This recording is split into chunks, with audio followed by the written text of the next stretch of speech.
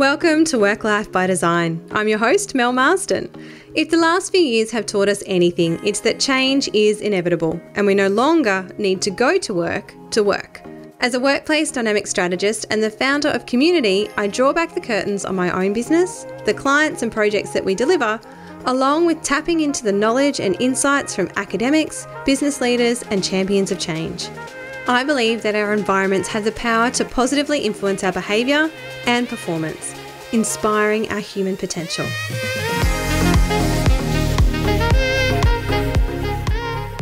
How can we create workplaces where our people are empowered? They are given autonomy and choice. Well, it all starts with culture. Now, that might sound overly simple, but at the grassroots of it, it's the everyday actions that leaders can take that will shift and create culture in their teams and across the organisation. And it really is the simple things that make the difference. And as today's guest, Meredith Wilson, has written the book on it, you too can then use grass in your workplace to shift your culture. Meredith makes culture simple and actionable, working with executives, CEOs and leadership teams to shape, shift, strengthen and lead cultures. Having led culture at the executive and board level for more than 15 years with ASX 10 and global teams, Meredith is a published author and recognised culture expert.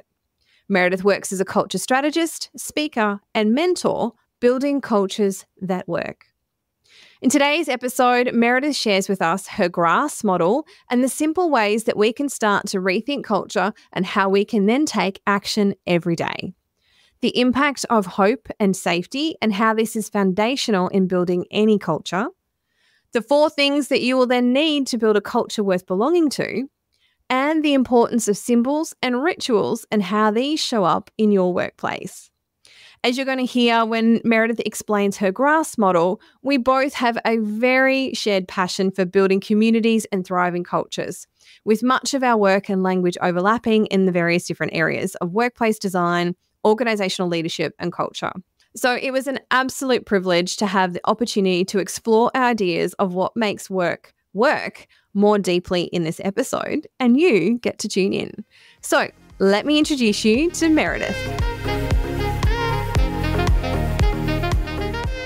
Now, today I am joined by the lovely Meredith Wilson. Thank you so much for joining me today, Meredith. Oh, my pleasure. I'm really looking forward to our conversation, Mel. Me too. Now, you and I connected a couple of years ago. You actually jumped in and joined one of my Live a Life by Design masterclasses, which was really lovely. And we've been following each other's work ever since. But you've also written a book recently called Shift, Everyday Actions Leaders Can Take to Shift Culture.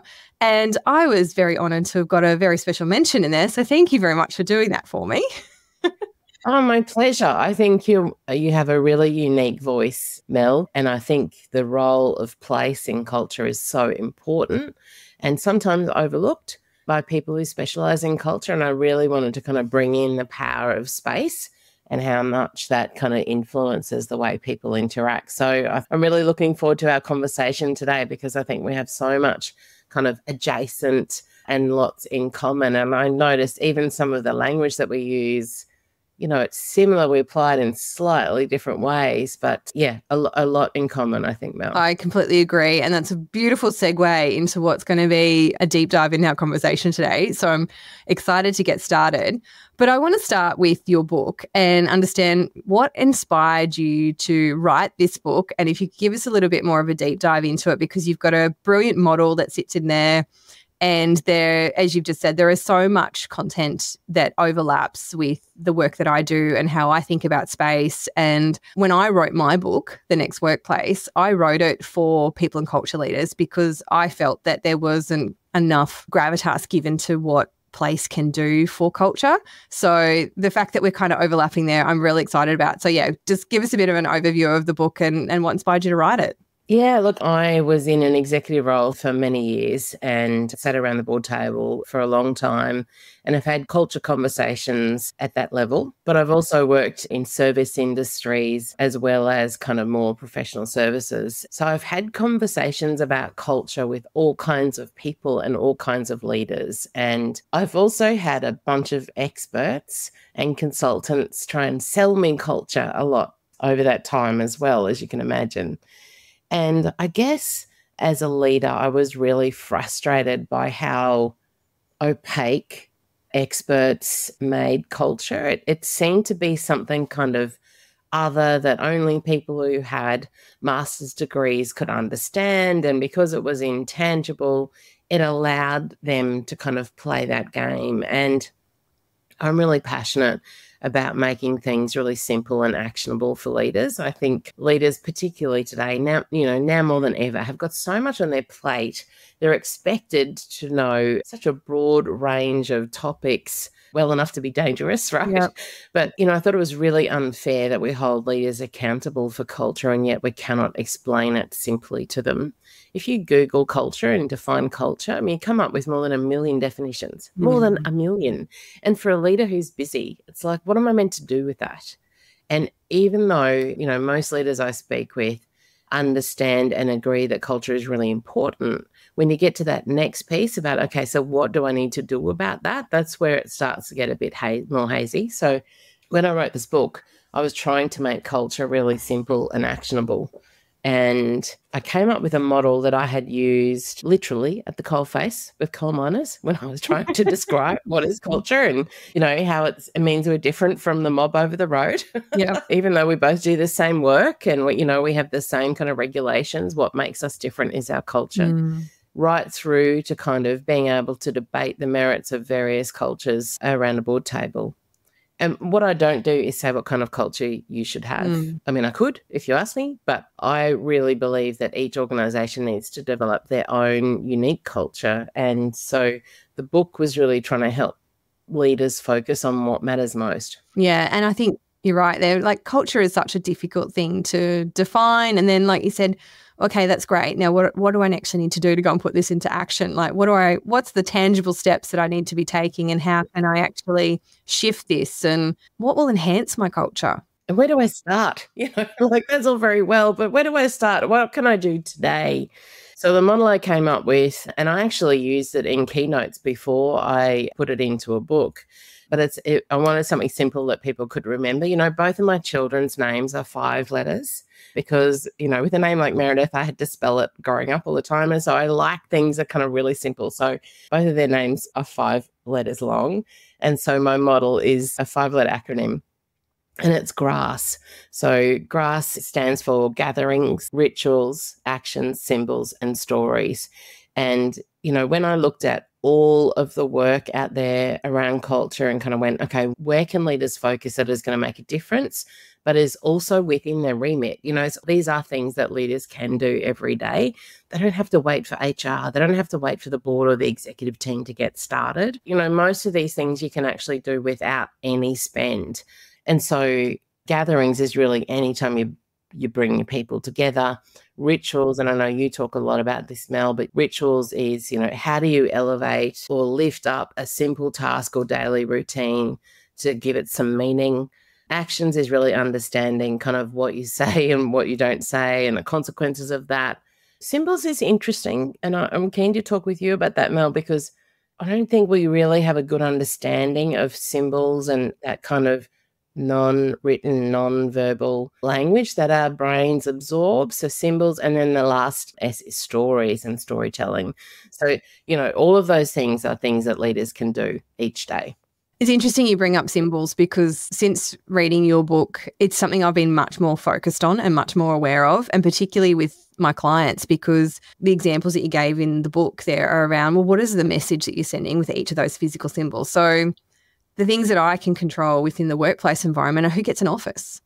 And that is such a big status symbol within a workplace. And it's like, oh, well, the executive directors all get offices, but nobody else. And then we're also going to put those executive directors' offices in the best corner of the building with the best view. Or car parks. Those sorts of things are all very much these status symbols that are communicating these messages to the rest of the organisation about, well, what do we value? What is important? Now, there's some of the more probably controversial examples, but the other ones that I think about, and this comes back to the work that I do in terms of zoning and the spaces and the flow of spaces, but what are we giving people as tools to be able to do their job? Are we just putting in rows and rows and workstations and saying, well, that's how we want you to work? Or are we giving them collaboration spaces or quiet spaces? And then what is the ratio of that? And these are conversations that I'm now thinking about much more broadly and having better conversations with my clients about, because it's like, well, when you want people to come into the workplace, what do you want them to do?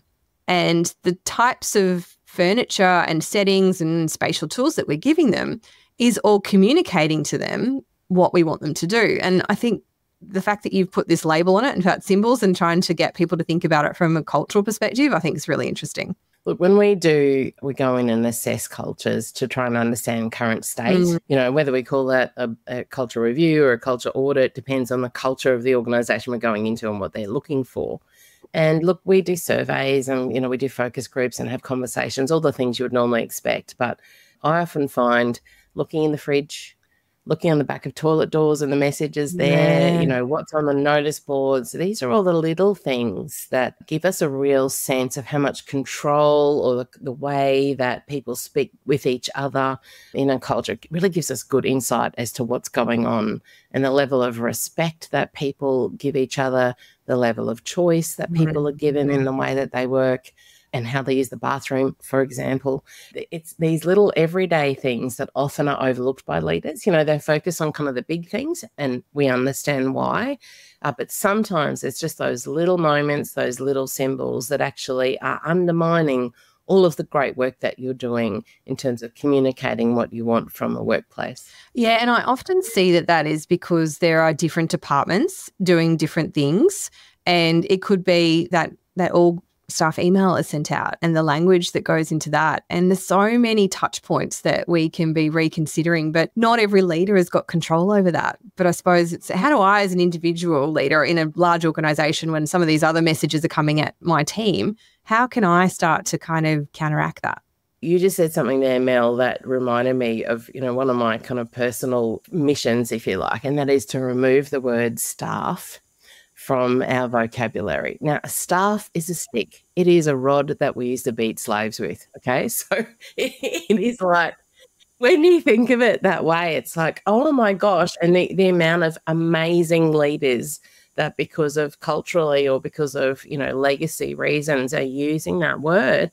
And just to try and shift the word to kind of our people or our team, it's something I'm really passionate about. And there's so many words like that in our language, and words, again, are symbols, and we use them quite carelessly sometimes without knowing. And staff is one of those words. It is everywhere. It is everywhere. We've been using that word for hundreds of years in the English language. But how do we start to remove some of those language habits and shift to, I guess, a more modern way of thinking about our people? I mean, even your use of the word community, Mel, I love, because it's how do we think about our people differently than our staff? Yeah, or this resource, hence the human resources. Exactly. Yeah. I'm glad that we're moving away from HR and we're moving more towards people and culture. But I know that you're, extremely passionate about culture, which is very, very obvious. And, you mentioned the fact there that I work with the terms community. I'd love to know how you think of community and culture. How would you define the two? Because I think they're very separate, but there is a very big overlap that sort of sits in the middle. And I would love to know, how would you define culture and how would you define community? Yeah, I knew you were going to ask me this. All the hard questions. That's right. I wrestled with it over the weekend and I was like, but they've got so much in common, and, the language is used interchangeably when we describe them, and, what makes a community. And then I had this moment of breakthrough. It was like, well, actually, communities have cultures. I don't know that you would ever say that cultures have communities. And so I think for me, that was kind of one of the differentiators to help start to tease them apart. But I also think it's okay if we use those words interchangeably, because it's the application that matters. And if you're trying to build a community, you should be focusing on the culture that makes it a community.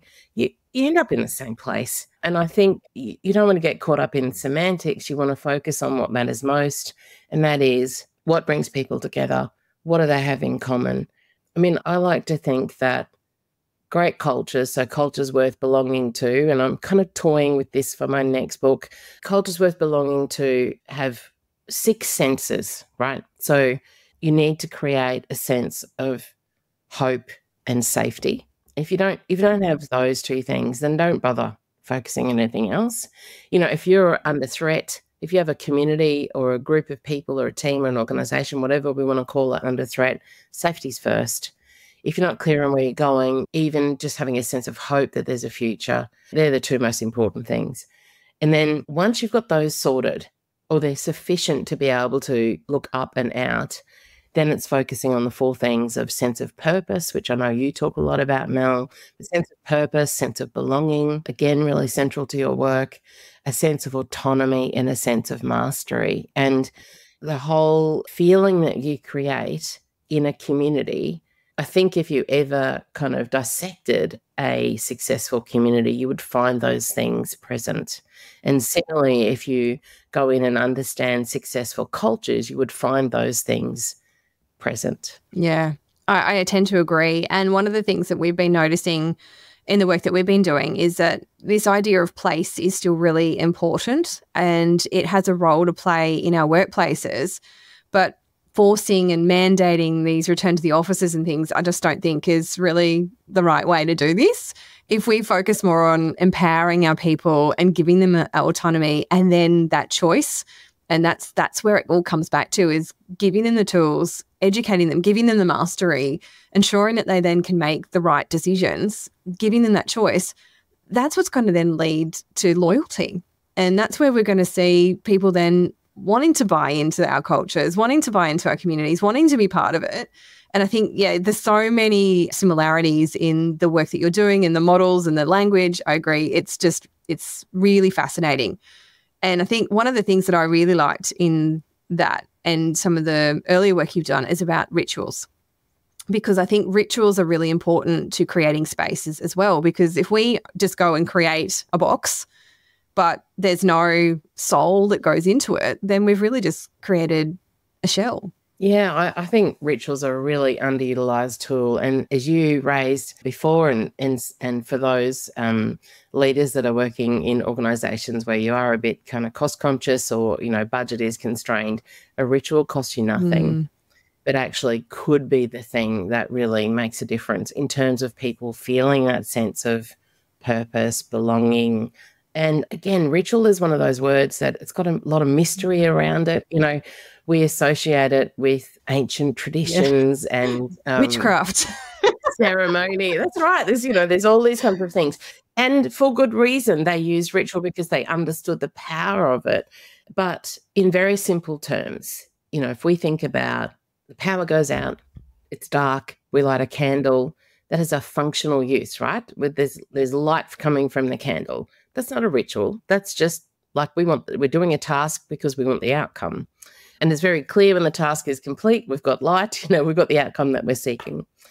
But when you light a candle on a birthday cake, or you light a candle as an act of remembrance, that's where all of a sudden we're adding meaning. And for me, the very simple definition of ritual, or, what differentiates a task or a habit or a routine from a ritual, is adding meaning.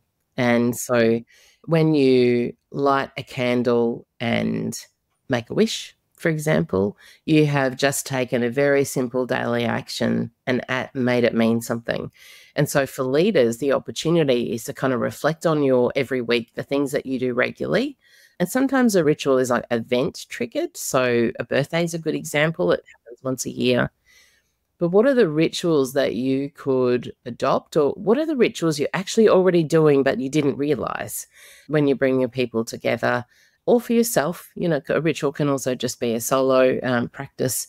But what are the things you're already doing that you could just add some meaning to, and that then adds meaning to someone's day? And if we think about the role of community, the role of cultures over time for humans, often is a place where they seek meaning. They also seek purpose, right? Something to be striving for. But I think that sense of meaning is what people are really craving at the moment. And as more and more institutions fail us, and places where communities used to gather are no longer available. I mean, now it's a shopping centre, right? It's pretty devoid of meaning, really. There's no real connection there either. There's no That's right. community in that. Yeah, so, they're craving that. So then it really means people are looking to the workplace for that. And we need to shift how we think about workplace to address that need if we're going to kind of engage our people.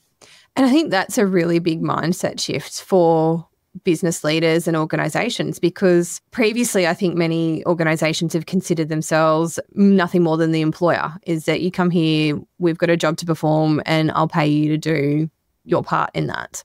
But what you're talking about there is so much bigger. It becomes a much bigger responsibility for humanity in the role that they play in the lives of their people. As an executive, I was always concerned about, where the line of corporate responsibility and personal responsibility was, and that's been blurred over time. And I think it actually just makes it more complex for leaders to navigate. And I don't know that organisations need to set out to strive to be a place of meaning. I think more it's about leaders recognising that their people are looking for that. And so if they're able to create that, even if it's only in the island of their team, or if they're able to unlock that across their whole organisation, that they will be more successful. But that doesn't mean that you have to strive to be a place of meaning and take on the responsibility of that. That can sometimes feel a bit overwhelming. But know that if you do it well, then your people will stay and strive, and all those things that we know make a difference in terms of outcomes, performance, productivity, etc. But I think, again, this is a bit of an interesting wrestle for a modern leader to kind of go, what is my role? What are my people expecting of me? And expectations have certainly shifted of leaders in the community at large, in terms of what the standards that we expect people to live by, but also the expectations of their team members. They just, people expect more. And not everyone has made that shift. Some people are aware of it, but they're not really sure what they need to do. And actually, that's where a lot of my work is. And I'm thinking, first time I've said this out loud, Mel, I'm thinking my next book is actually Leader Shift, because of exactly that reason. That there does seem to be where leaders are wrestling at the moment is, what is my role? What's expected of me now? Yeah, that individual responsibility. What do our workplaces look like when we no longer need to go to work? As organisations navigate a new frontier, struggling to work out what's next in today's hybrid and distributed world, how can we leverage one of our greatest assets, our workplace? My book, The Next Workplace, Designing Dynamic Environments That Inspire Human Potential, will show you how to leverage your workplace to attract and retain talent, increase employee engagement, and elevate employee experience, plus deliver bottom-line returns on your investment. The Next Workplace is the ultimate playbook. It will inspire your thinking, show you how to unlock the data in your business, provide you with the resources to build your business case with confidence, and reveal the proven frameworks and practical tools to align, enable, and inspire the human potential within your organisation. So, to grab your copy and begin to reimagine your next workplace, head over to my website, melissamarsden.com.au/book.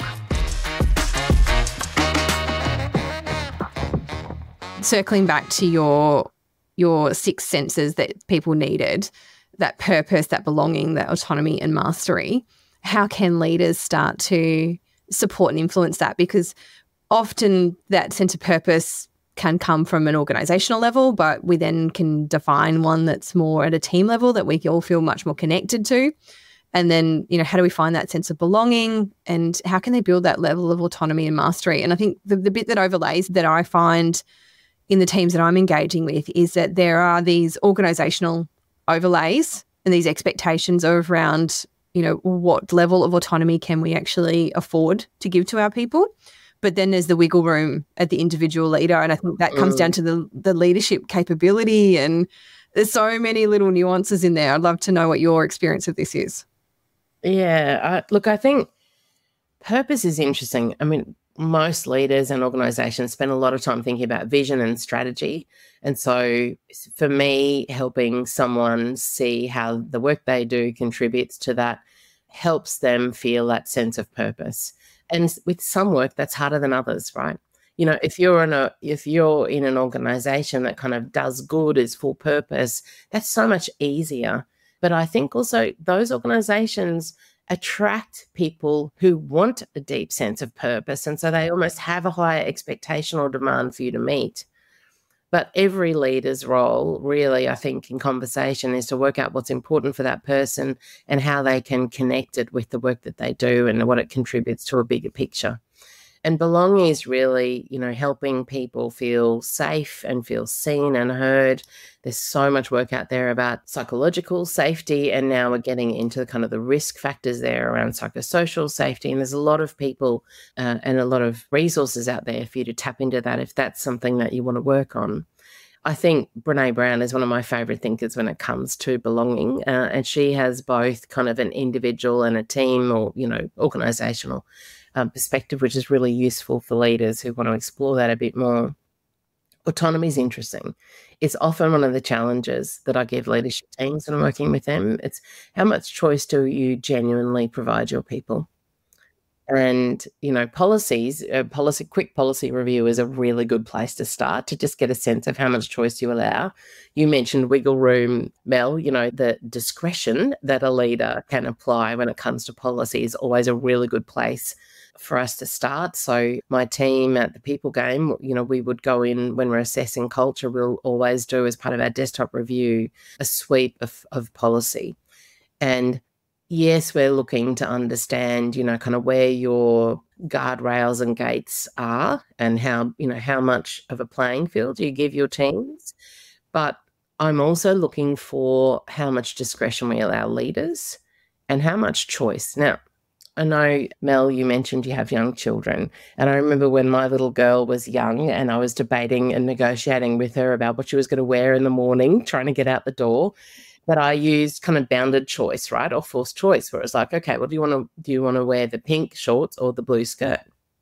And often organizations and leaders unwittingly are using that same strategy. It's like, I want to control. It's much easier if you're controlled and in this kind of narrow playing field because I don't have to think about it quite so much. I don't have to risk quite so much. And so you can have, you know, the red or the blue.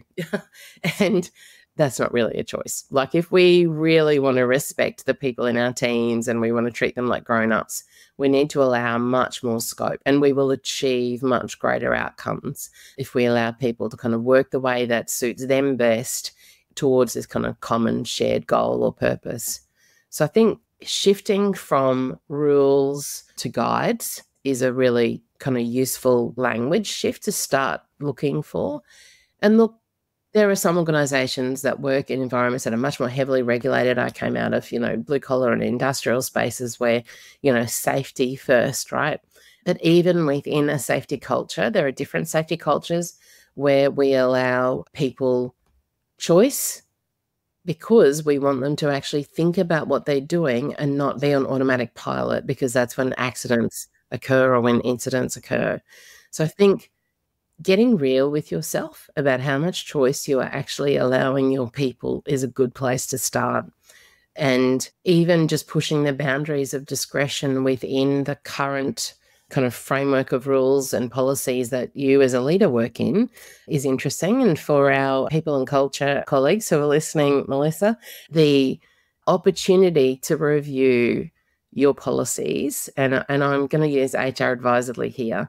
Many organizations are still running with HR policies that were written pre-2020. We said before that expectations have shifted. If your way of doing things and way of shaping work is the same as it was in the 90s, and so often I see policies that are, then it's time to actually go back to foundational pieces and just dust them up, refresh them for the new century. And in fact, we're well into the 2020s now. And so how do you revise those policy sets to be more reflective of the work today, the way people want to work, where they want to work, how they want to work? Yeah. And I think where organizations get challenged by that is that somebody doesn't want to take responsibility for updating that. Or I made that change and then now this is how it's going to operate. That's the pushback that I do see. It's like, oh, but absolutely, I have to put my signature on this. That's right. But I think too, trials, experiments, pilots are your friend. If you're trying to make a shift and it's something that is well outside your comfort zone, baby steps, Yeah. talk to someone who's done this before, learn from them, and just, run some pilots. Find where there's some energy in your organization where people are passionate about them, give them some scope, check back in, and just try it on for size. Yeah, I think that's a great advice. And, picking out those teams that are, potentially challenged with recruitment or other operational issues, let's use them as our test case and see what we can do to co-create a solution that's going to work for them, and then take the learnings and start to roll it out across the rest of the organisation. Yeah, that's right. And I think I joke about, one size fits all is actually one size fits the boss, and, or one size fits none. We really need to shift away from these one size fits all policies and allow much more scope for people to personalise and tailor their experience in the workplace. Our team members out in their kind of the real world and in their everyday are experiencing this hyper personalisation, whether they're on Spotify or Netflix or wherever they are, even their emails, they are getting hyper personalised emails that recognise their shopping patterns or their interest patterns and curating what is being fed to them. And then they get to the workplace and they get the same employment contract and they get the same employment policies and they get the same onboarding experience as everybody else alongside. And it stands out. Our brain is wired to notice kind of what's wrong, what's different, what doesn't feel right. Well, people who are coming into the workplace now, we talk about kind of 5 generations in the workplace, but people who are coming in now, no matter their generation, right? Because remember, baby boomers are also using Netflix and Spotify. This isn't like you only do it for the new entrants. Everyone has shifted their expectations of what good looks like, and employment, workplace needs to keep pace. Yeah, and that's a really good point. And I'm looking forward to diving into that conversation with another guest in a couple of weeks. They look at how to actually really tailor and personalize that employee experience in the workplace. So important. Yeah, but you're right. Like, we are constantly being able to curate everything around us. I mean, if you go into your Netflix profile versus your husband's Netflix profile, and no doubt they were very, very different. I know my husband's is. There's no way I like watching his profile. But that gives you an idea of how different everybody and every individual is and what you're looking for. So, yeah. It kind of comes back to symbols, Mel. Yeah. Like, our brains are so wired to this. It's just normal now. And we notice when our child, teenager, 20-something, has been watching something on our Netflix log on, because all of a sudden it's like, how did that get there? Our brains are so sophisticated when it comes to scanning the environment. Yeah. They notice when something is incongruent or out of place, right? There's some kind of, I think the fancy term is cognitive dissonance, but, they notice there's something going on. Hang on, that's kind of out of place, and our eye is drawn to it.